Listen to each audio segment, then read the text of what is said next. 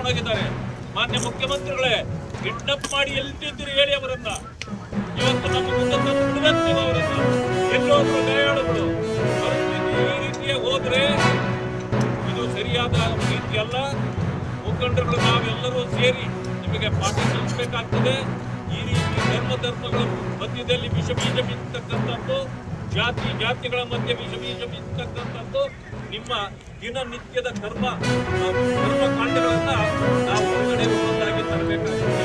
ಯಾರು ಇವತ್ತು ಟ್ವೀಟ್ ಮಾಡಿದ್ದೀವಿ ನೋಡಿದ್ವಿ ನಾವು ಕೂಡ. ಈ ಹಿಂದುಳಿದ ವರ್ಗಗಳನ್ನ ಎತ್ತಿಕೊಂಡಿರ್ತಕ್ಕಂಥವ್ರು ಯಾರು? ಇವತ್ತು ವೀರಶೈವರಿಗೆ ನೀವು ಮೀಸಲಾತಿ ಕೊಟ್ಟರೆ ಯಾರಿಗೆ ಅನ್ಯಾಯ ಆಗೋದು ಯಾರಿಗಿದೆ? ಯಾರಿಗೆ ತೊಂದರೆ ಆಗೋದು ಯಾರಿಗೆ? ಆದ್ರೆ ನೀವು ಮಾಡ್ತಿರ್ತಕ್ಕಂಥ ಅದು ಎಷ್ಟು ಸರಿ? ಯಾವ ರೀತಿ ನೀವು ಮುಖ್ಯಮಂತ್ರಿ ಆಗಲಿಕ್ಕೆ ಒಂದು ಯೋಗ್ಯರ ಅಂತಕ್ಕಂಥ ಪ್ರಶ್ನೆಯನ್ನ ಮುಖಂಡರುಗಳು ಮಾಡಬೇಕಾಗ್ತದೆ. ಇದನ್ನ ಹೀಗೆ ಮುಂದುವರೆದ್ರೆ ನಾವು ಉಗ್ರ ಹೋರಾಟವನ್ನ ಮಾಡಬೇಕಾಗ್ತದೆ. ಏನು ಕೇಸ್ಗಳನ್ನ ನಿನ್ನೆ ಹಾಕಿದ್ದೀರಿ ಅವ್ರ ಮೇಲೆ ಎಲ್ಲ ವಾಪಸ್ ತೆಗೀರಿ. ಎಲ್ಲಿ ಆ ಗಾಯಾಳುಗಳನ್ನ ಮುಚ್ಚಿಟ್ಟಿದ್ದೀರಿ ಹೊರಗಡೆ ತಂದ್ರಿ. ಇಲ್ಲ ಅಂತಂದ್ರೆ ನಿಮ್ಮ ಚರಿತ್ರೆಗಳು ಹೊರಗಡೆ ಬರ್ತದೆ.